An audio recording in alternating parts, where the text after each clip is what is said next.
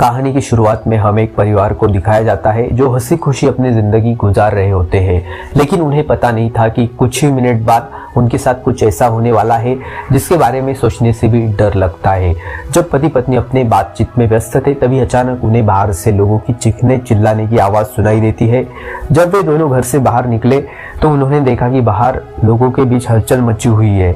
लोग अपने अपने घरों को छोड़कर भाग रहे थे, जैसे कुछ बड़ा होने जा रहा हो। जेसन और बेथ ने देखा कि हमारे पड़ोसी भी घबराए हुए जल्दी जल्दी अपना घर खाली कर रहे हैं। जेसन ने पड़ोसी से पूछा कि आखिर वजह क्या है, तुम लोग क्यों घर छोड़ जा रहे हो। लेकिन वे लोग इतने जल्दी में थे कि उन्होंने जेसन की बात का कोई जवाब नहीं दिया। उन्होंने देखा कि पड़ोसी का बेटा भी अपना सामान बांध रहा है। जेसन ने जब उस बच्चे से पूछा कि तुम लोग कहाँ जा रहे हो, तो उस बच्चे ने जवाब दिया कि मेरे पापा का एक दोस्त सरकारी अफसर है। उन्होंने कहा कि एक बहुत ही जहरीला वायरस फैल चुका है जो एक साधारण इंसान को राक्षस में बदल देता है। लेकिन तभी वहां उस बच्चे की माँ आ गई और उसे पकड़कर वहां से ले जाने लगी। जेसन ने उससे पूछा कि आखिर यह बच्चा किस वायरस की बात कर रहा है, जिस पर इस बच्चे की माँ ने कहा कि अभी बताने का वक्त नहीं है, अपनी पत्नी और बेटी को लो और इस शहर से जितना हो सके दूर निकल जाओ। ये सुनकर जेसन और बेथ बहुत ज्यादा घबरा गए। उसके बाद जेसन बिना सोचे समझे अपने परिवार को गाड़ी में बिठाकर शहर से बाहर ले जाने लगता है, मगर रास्ते में उन्होंने देखा कि जो पड़ोसी भाग रहे थे वो वापस लौट रहे हैं। यह देखकर उन्हें और भी अजीब लगने लगा। आगे जाकर लोग ट्रैफिक में फंस जाते हैं। जब जेसन और उसका परिवार गाड़ी से बाहर उतरे तो उन्होंने देखा कि शहर के बाहर निकलने वाला अकेला रास्ता पुलिस ने बंद कर दिया है। आसमान में इधर उधर हेलीकॉप्टर पहरा देने लगा। लोगों को बताया जाने लगा कि शहर में एक जहरीला वायरस फैल गया है और तुम लोगों को जल्दी से घर वापस लौटना चाहिए। ये बात सुनकर जेसन को कुछ अजीब लगा कि जब शहर में वायरस फैल गया है तो लोगों को शहर से बाहर निकालने की बजाय उन्हें शहर में ही क्यों रहने के लिए कहा जा रहा है। तभी अचानक पास की पहाड़ी से एक बड़ा सा पत्थर उनकी कार पर आ गिरा। ये देखकर वो लोग बहुत ज्यादा घबरा गए। पहाड़ी हिलने लगी। तभी उस पहाड़ के पीछे से दो सेना के फाइटर जेट निकलकर शहर की तरफ बढ़े। वो दो फाइटर जेट पूरे शहर पर बमों की बारिश करने लगे, जिससे पूरा शहर राख में बदल गया। जेसन की पत्नी बेथ को तुरंत समझ आ गया कि अगर वह पुलिस की बात मानकर घर लौट जाते तो उनका अंजाम बहुत बुरा होने वाला था। उसके बाद वो फाइटर जेट सड़क पर मौजूद लोगों की तरफ बढ़ने लगे। यह देखकर सभी लोगों में हलचल मच गई। अब सबको समझ आ गया कि सरकार उन्हें मारना चाहती है। सभी अपनी जान बचाने के लिए इधर उधर भागने लगे, पर जेसन और बेथ को समझ आया कि वह कहीं भी भाग ले वो फाइटर जेट उन्हें मार कर ही रहेंगे। तभी बेथ ने पीछे मुड़कर पहाड़ पर एक स्कूल देखा और उसे लगा कि बचने के लिए वह जगह बेहतर रहेगी। जिसके बाद जेसन बेथ और जॉय को लेकर स्कूल की तरफ पहाड़ पर चढ़ने लगे। पीछे पुल पर मौजूद लोगों पर फाइटर जेट बम गिराने लगे। ये तीनों तेजी से दौड़ते हुए स्कूल तक पहुंच जाते हैं और भाग्य से वहां उन्हें एक सुरंग मिल जाती है और बम धमाके से कुछ ही सेकंड पहले वो जल्दी से उस सुरंग में घुस जाते हैं। जैसे ही बंकर का दरवाजा बंद हुआ, ऊपर एक जोरदार धमाका हुआ, लेकिन भाग्य से ये लोग बंकर के नीचे थे और इनकी जान बच गई। मगर इनके लिए हैरानी की बात यह थी कि आखिर ये कौन सा वायरस था कि सरकार को शहर के सभी लोगों को मारना पड़ा। वो लोग कुछ भी नहीं समझ पा रहे थे। बस उन्हें ये पता चल चुका था कि अगर जिंदा रहना है तो चुपचाप बंकर में जिंदगी गुजारो। लेकिन इनके लिए परेशानी की बात ये थी कि आखिर ये लोग कहाँ कब तक जिंदगी गुजारेंगे और उन्हें पेट भरने के लिए खाने पीने का क्या करना होगा। अच्छी बात ये थी कि वहां ढेर सारा एक्सपायरी खाना रखा हुआ था जो 3 लोगों के लिए काफी लंबे समय तक चल सकता था। जेसन की पत्नी बेथ बहुत ज्यादा परेशान थी। वो अपनी बेटी जॉय के बारे में सोचने लगी कि अगर यह बीमार हो गई तब इसका क्या करेंगे। और बेथ दरवाजा बंद करते समय उसका हाथ भी लग गया था जिसमें काफी गहरी चोट आई थी। वो दोनों इस बात को लेकर भी घबरा रहे थे कि कहीं इस जहरीले वायरस ने उनकी बॉडी पर भी अटैक ना कर लिया हो, मगर अभी ये सोचने का वक्त नहीं था। उन्हें अब इस बंकर को सुरक्षित बनाना था ताकि ऊपर बंकर का दरवाजा कोई खोल ना सके। जेसन ने लोहे की जंजीर से बंकर का दरवाजा मजबूती से बंद कर दिया और तय कर दिया कि अब उन्हें यहीं पर छिपकर जिंदगी गुजारनी है। लेकिन जमीन के नीचे रहने का जीवन आसान नहीं था। हर दिन वही एक जैसा खाना पीना और कीचड़ से भरा हुआ पानी, और खाली समय में वह ताश खेलते। बाहर की दुनिया से उनका पूरी तरह से कनेक्शन कट चुका था। कई दिनों तक यहाँ रहने के बाद वो लोग बहुत ज्यादा इस बंकर में तंग हो चुके थे। लेकिन वो क्या करते, अगर ऊपर जाते तो उनकी जान नहीं बच पाती। इस जीवन ने जेसन के परिवार को मानो इस दुनिया के अंत का एहसास दिलाया। जॉय ने अपने पापा से पूछा, पापा हम यहाँ कब तक रहेंगे? जेसन के पापा इस बात का कोई जवाब नहीं दे पाते। उसने अपनी बेटी से बस यही कहा, जब बाहर वायरस चला जाएगा तभी हम बाहर जाएंगे। वो अपनी बेटी की आंखों पर उंगलियां रखकर बाहर की दुनिया उससे इमेजिन करवाता है। इस तरह से दिन गुजरते गए और फिर महीने। उन्हें नहीं पता था कि बाहर निकलने के इंतजार में उन्हें यहाँ इस बंकर में 300 से भी ज्यादा दिन गुजर चुके हैं। जॉय अपनी माँ की बनाई हुई पेरिस्कोप से बाहर की दुनिया को देखती है। बाहर चारों ओर बस तबाही का मंजर नजर आ रहा था, जैसे ये पूरी दुनिया जलकर राख हो गई हो। वहाँ किसी भी इंसान का नामो निशान तक नहीं था। ये सब देखकर उस छोटी बच्ची को लगने लगा कि शायद हम इस दुनिया के आखिरी बचे हुए लोग हैं। माँ ने उसे दिलासा दिया कि तुम ऐसा मत सोचो, शायद तुम्हारे दोस्त भी हमारी तरह कहीं छुपे हुए हो। अब रात हो चुकी थी और डिनर का समय हो चुका था। उनके पास अब खाना भी कम बचा हुआ था, इसीलिए वो तीनों थोड़ा सा खाना खाकर काम चला रहे थे। लेकिन आज जॉय की जिद पर उसे पूरा एक कैन का डिब्बा दिया गया।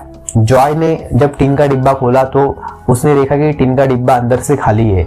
इस डिब्बे के पीछे की तरफ एक छोटा सा छेद था, शायद कोई चीज इसमें से खाना चुरा गई थी। बेथ ने सारी बची हुई डिब्बों की जांच की तो पता चला कि 12 डिब्बे खाली थे। ये देखकर वो बहुत ज्यादा परेशान हुई, क्योंकि ये तो उनके 2 हफ्तों का राशन था। अब बेथ ने वेंटिलेशन जाली की तरफ देखा और अंदाजा लगा लिया कि शायद कोई चूहा अंदर आकर खाना ले गया। बेथ ने कहा कि अगर ये चूहा है तो इसे जल्द मारना पड़ेगा, नहीं तो ये हमारा सारा खाना बर्बाद कर देगा। बेटी के उदास चेहरे को देख जेसन ने उसे दिलासा दिया कि छोटी छोटी बातों से परेशान मत हो, अगर खाना खत्म भी हो गया तो मैं ऊपर जाकर कुछ सामान ले आऊंगा। अगले दिन जब जॉय अपनी माँ के साथ ब्लॉक्स में खेल रही थी तभी पीछे से हल्की सी आवाज आई। जॉय ने जब पीछे मुड़कर देखा तो एक चूहा फिर से टीन फूड चुराने घुस आया था। इससे पहले कि वो चूहा भाग जाता, जॉय ने तुरंत अपने पेरेंट्स को बुलाया। आज उन्हें इस चूहे को हर हाल में मारना था। जेसन गुस्से में चाकू निकालकर उसे टुकड़े टुकड़े करने के लिए आगे बढ़ा, लेकिन वो छोटा सा चूहा बहुत तेज निकला। वो जेसन के वार से खुद को बचाते हुए निकल भागा और टेबल पर रखी लालटेन को भी गिरा दिया। जैसे ही वह अपने बिल में घुसने वाला था तभी बेथ ने अचानक झपटा मारा और चूहे को मार दिया। वो सब चूहे को मारने की खुशी मना रहे थे कि दूसरी तरफ लालटेन की गिरने से धीरे धीरे आग बढ़ने लगी। जेसन दौड़कर उस लालटेन को बंद करने लगा, लेकिन वो लालटेन बहुत गर्म था, जिससे जेसन का हाथ जल गया और लालटेन का शीशा फटने पर पूरे टेबल में आग लग गई। बेथ ने पर्दा फाड़कर आग बुझाने की कोशिश की। जेसन ने नल से आधी बाल्टी पानी निकालकर उस आग पर डाला। जैसे तैसे करके उन दोनों ने उस आग को बुझा लिया, लेकिन खतरा अभी टला नहीं, बल्कि अब उनके लिए और भी मुश्किल बढ़ने वाली थी, क्योंकि आग तो वो लोग बुझा चुके थे, मगर आग से निकलने वाले धुएं ने पूरे बंकर को धुएं से भर दिया था और वह धुआं धीरे धीरे वेंटिलेशन जाली से ऊपर की तरफ निकल रहा था। देखकर वो सब घबरा गए, क्योंकि ये धुआं उनका वहां होने का ठिकाना जाहिर कर रहा था। अब सब लोग सांस रोककर बैठे थे।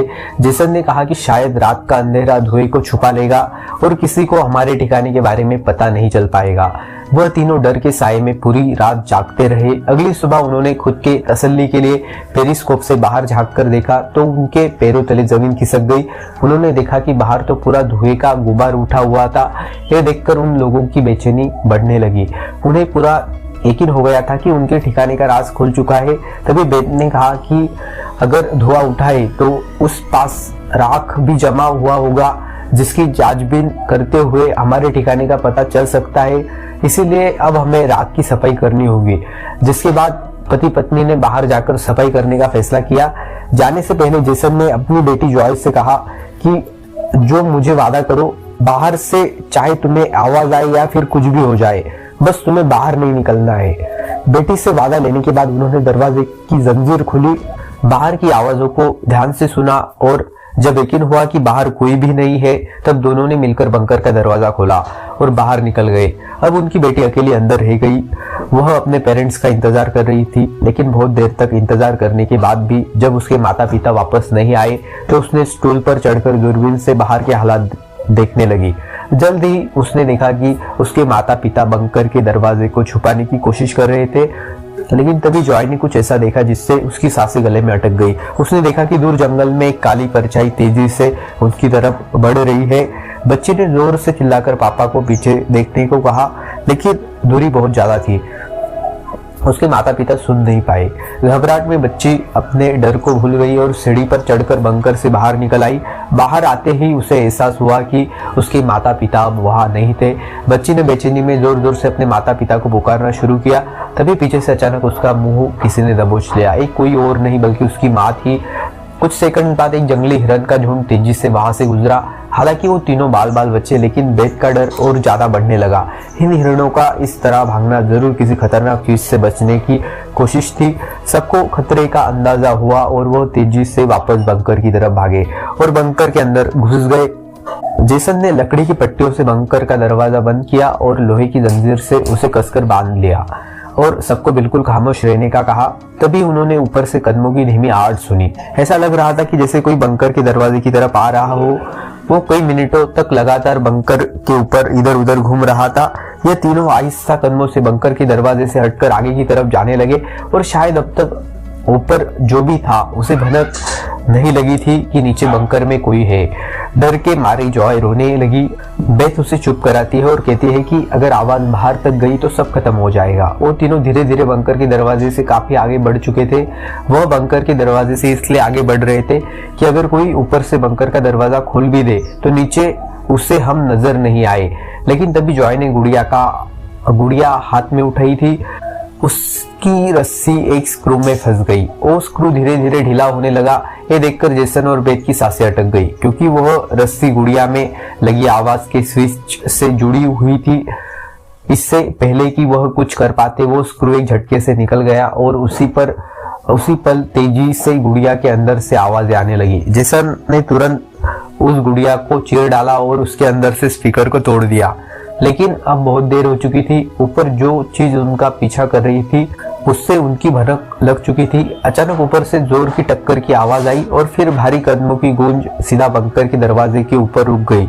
उसने आखिरकार उनका ठिकाना ढूंढ लिया और उसे खोलने की कोशिश करने लगा। वह बंकर के ढक्कन को जोर से धकेल रहा था और जंजीरों से बंद होने के बावजूद खतरा साफ महसूस हो रहा था और ऊपर के राक्षस को पता चल चुका था कि जरूर नीचे कोई मौजूद है। हालांकि वो दरवाजा मजबूत जंजीरों से बंद था, लेकिन उस चीज की भयानक ताकत के सामने वह जंजीरें एक एक करके टूटने लगी। ये देखकर जेसन को पता चल चुका था कि दरवाजा अब ज्यादा देर तक टिक नहीं पाएगा, इसलिए वो तेजी से अंदर भागा और वाटर पंप का पाइप उखाड़ने लगा। यहाँ बेथ ने भी हिम्मत दिखाई और सीढ़ी पर चढ़कर अपने शरीर का वजन इस्तेमाल करते हुए चेन को खींचकर दरवाजा बंद करने की कोशिश करने लगी, लेकिन फिर भी लोहे का ढक्कन धीरे धीरे खुलने लगा। तभी उसी वक्त दरवाजे के ऊपर एक काला साया नजर आया जिसकी आंखें एक बल्ब जैसी चमक रही थी। जैसे ही उन तीनों की मौत ऊपर से उनको देख रही थी, जेसन के बिना सोचे पाइप से उस पर हमला कर दिया, जिससे वो पीछे गिर पड़ा। जेसन ने जल्दी से वह पाइप दरवाजे में फंसाकर दरवाजे को बंद कर दिया और वो चीज वहां से भाग जाती है। लेकिन जेसन का शरीर अब बुरी तरह कांप रहा था। वो कभी सोच भी नहीं सकता था कि बाहर की दुनिया में ना सिर्फ बेरहम सोल्जर्स थे बल्कि खतरनाक राक्षस भी घूम रहे थे। वो पूरा परिवार सीढ़ियों के पास मायूस बैठ जाता है, क्योंकि अब उनका ठिकाना उजागर हो चुका था। अब किसी भी वक्त उन पर हमला हो सकता था और उन्हें इस बात का अंदाजा भी हो चुका था कि इस बार तो एक आया था, लेकिन अगली बार जब वो आएंगे तो उनकी तादाद काफी ज्यादा होगी और हम उनके सामने कुछ नहीं कर पाएंगे। थोड़ी देर बाद अचानक अलमारी हिलने लगी। जेसन और बेथ समझ गए कि उसने अपने बाकी साथियों को भी बुला लिया है। ऊपर से तेज कदमों की आवाज सुनाई देने लगी, मानो हजारों जीव उनके सिर पर दौड़ रहे हो। फिर वह सभी बंकर के दरवाजे पर इकट्ठा हो गए। उनके डर से नीचे जेसन, बेथ और जॉय कांप रहे थे। तभी उन्होंने अचानक एक जबरदस्त हमला शुरू कर दिया। इस बार की ताकत पहले से कई ज्यादा थी। मजबूत लोहे का दरवाजा टूटकर नीचे गिरा और बंकर के दरवाजे पर ढेर सारी आंखें चमकने लगी, जिससे वह लोग डर के मारे पीछे की तरफ भागने लगे। लेकिन वो राक्षस भी उनके पीछे चलते आ रहे थे। बेथ ने अपनी तेल की लैंप फेंक दी और उनके और अपने बीच पर्दे में आग लगा दी और अलमारी को पकड़कर दोनों ने उनके बीच रास्ते में एक ब्लॉक कर दिया। वह सभी तेजी से बंकर के अंदर की तरफ भागने लगे, पर वह लोग जानते थे कि ये सब उन्हें ज्यादा देर नहीं रोक सकते। उनके पास अब बचने का कोई रास्ता नहीं था। तभी बच्ची को जमीन की ओर खुलने वाला एक वेंटिलेशन दिखाई दिया। जेसन ने ताकत से उसे तोड़ा और पूरी जान लगाकर अपनी पत्नी और बेटी को बाहर की ओर धकेल दिया। लेकिन जब खुद बाहर निकलने की कोशिश की तो तंग जगह के कारण वो अटक गया। दूसरी तरफ राक्षस उसकी ओर बढ़ रहे थे। अब जैसे तैसे करके जेसन को यहाँ से निकलना था।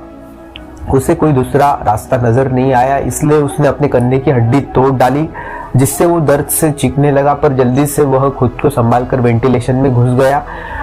बेथ बिना समय गवाए पूरी ताकत से जेसन को बाहर खींचने लगी। जेसन जैसे ही बाहर निकलने की वाला था, तभी एक विशाल जीव ने आकर जेसन के पैर को पकड़ लिया। जेसन समझ गया कि अब उसका बच पाना नामुमकिन है। अब भाग निकलने की कोई उम्मीद नहीं थी। जेसन ने अपनी पत्नी से आंखें मिलाते हुए कहा कि जो भी हो जाए जॉय को कुछ नहीं होने देना, और अगले ही पल वो राक्षस उसे बंकर में खींच लेता है। लेकिन जेसन बंकर में राक्षस से डरने की बजाय उससे कहता है कि आओ देखता हूँ तुम में कितना दम है। बेथ और जॉय ने जब नीचे देखा तो बंकर में से तेज चीखने की आवाजें आ रही थी। बेथ समझ गई कि उसका पति उन्हें भागने का समय देने के लिए लड़ रहा है। वो दर्द में भी अपनी बेटी को लेकर वहां से निकल पड़ी और राक्षस से बचते हुए वो काफी दूर आए। लेकिन भागते भागते उन्हें कुछ अजीब महसूस हुआ। उन्होंने देखा कि जो हाईवे बाहर की दुनिया तक खुलता था, अब वहां ऊंची दीवार खड़ी थी, यानी अब इस शहर से कोई बाहर नहीं निकल सकता। तभी वहां हेलीकॉप्टर दूर से उड़ता हुआ आया। जब बेथ ने पीछे मुड़कर देखा तो वह एक आर्मी हेलीकॉप्टर था। वो हेलीकॉप्टर तेजी से उनके पास आकर उन पर अपनी तेज स्पॉटलाइट चमकाई।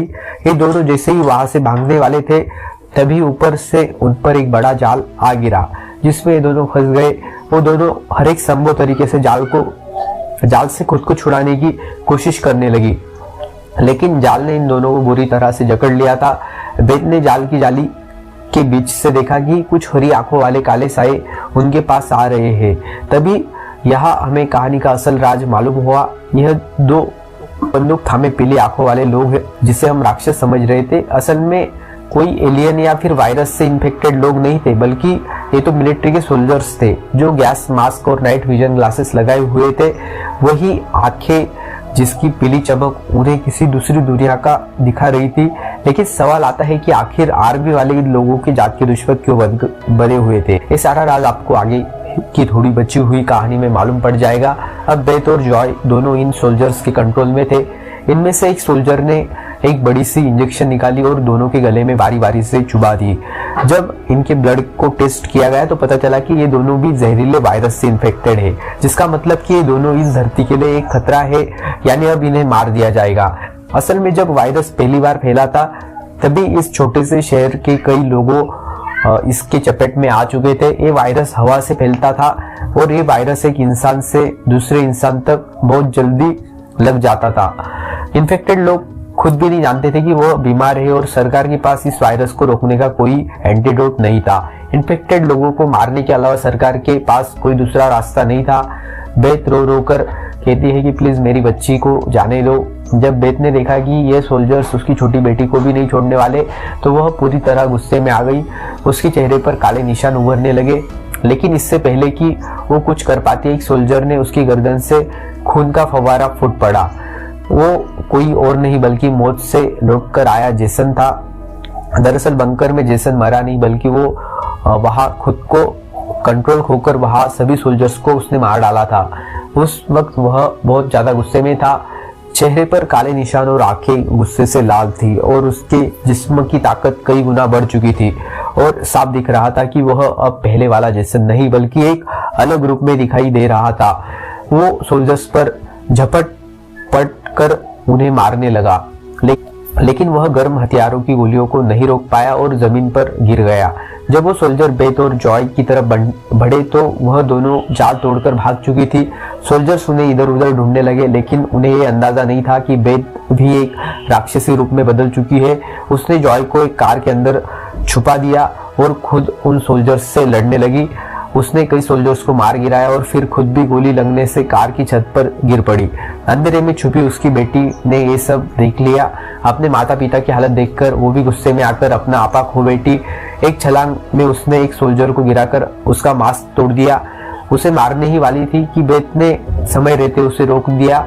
वो नहीं चाहती थी कि उसकी बेटी एक दरिंदा बन जाए। बेत ने उसे शांत किया। धीरे धीरे लड़की की नसों की हरियाली गायब हो गई और वह फिर से इंसान में बदल गई।